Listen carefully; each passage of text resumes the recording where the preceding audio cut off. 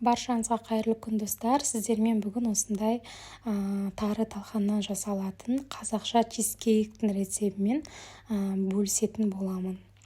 Міндетті түрде видеоны соңына дейін көріңіздер. Ең алдымен тарыға ыстық сүт құйып, бұқтырып, бетін жауып, бұқтырып қоямыз.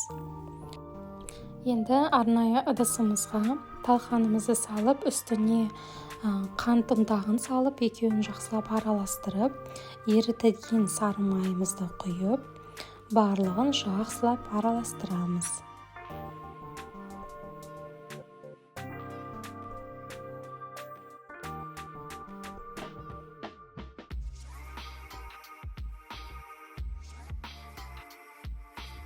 Мінекей біздің талқанымыз дайын десек те болады.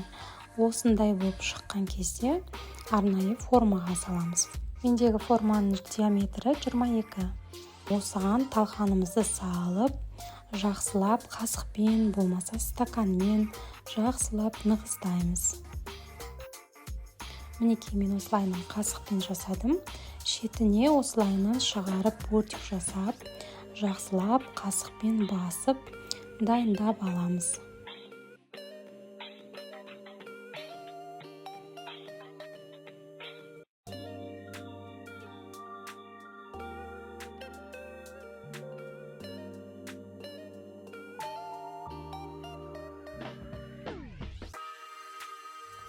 Біздің талқанымыз дайын десек те болады. Осылайынан әдемі қасықпен болмаса стаканмен басып шығып, дайын болған талқанды тоңашқа салып қоямыз. Сол арада біздің салмамызды дайындаймыз. Сүзбелі ірімшік дейді ғой, творожный сырды салып, үстіне қант салып, екеуін жақсылап араластырамыз.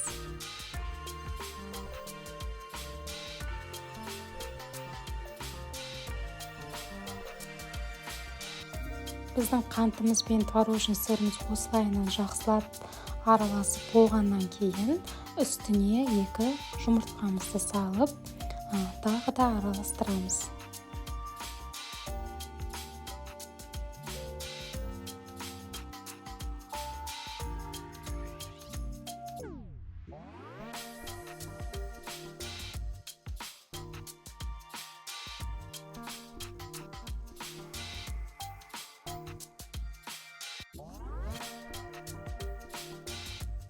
Жұмыртқамызды осылайынан жақсылап араластырып болғаннан кейін үстіне салқын кілегейімізді құямыз. Менде 33% кілегей. Енді барлығын жақсылап араластырып, үстіне тарымызды саламыз. Тарымыздың егер ішінде сүт қалған болса, сүтін бөлек құйып алғанымыз дұрыс. Тек қана тарының өзін салып шығамыз. Менде тарыда сүт қалмаған, толықтай жақсы сіңірген екен. Барлығын салып, видеода көрсеткендей жай ғана араластырамыз. Миксер қолданбаймыз, блендер қолданбаймыз. Қолданған жағдайда біздің чизкейгіміз жарылып кетеді піскен кезде. Сондай болмас үшін тек жай ғана осындай венчиктің көмегімен болмаса қасықтың көмегімен ғана жақсылап араластырамыз. Міне осындай әдемі болып шықты менде. Енді тоңашқа тұрған біздің талқанымызды алып, үстіне дайын болған салмамызды жақсылап әдемілеп салып шығамыз. Салғаннан кейін бетін қасықтың көмегімен жақсылап тегістеп әдемілеп шығамыз. Одан кейін алдын ала 100 градуста қызып тұрған пешімізге чизкейгімізді саламыз. 1-1,5 сағатта 100 градуста пісу керек. Қатты ыстық градус қажет емес, тек қана 100 градуста асықпай 1,5 сағат пісіреміз. Мінекей піскеннен кейін дәл осылай болып шығады. Бөлме температурасында салқынға қоямыз 1-2 сағаттай, одан кейін 3-4 сағат тоңашқа саламыз. Қараңыз, менде тоңашықтан шыққан кезі осындайынан әдемі болып шықты.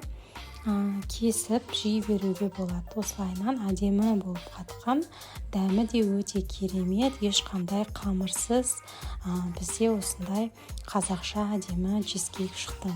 Осы рецепт бойынша міндетті түрде жасаңыздар. Менімен бірге болғандарыңыз үшін рахмет. Келесі кездескенше сау саламатты болыңыздар.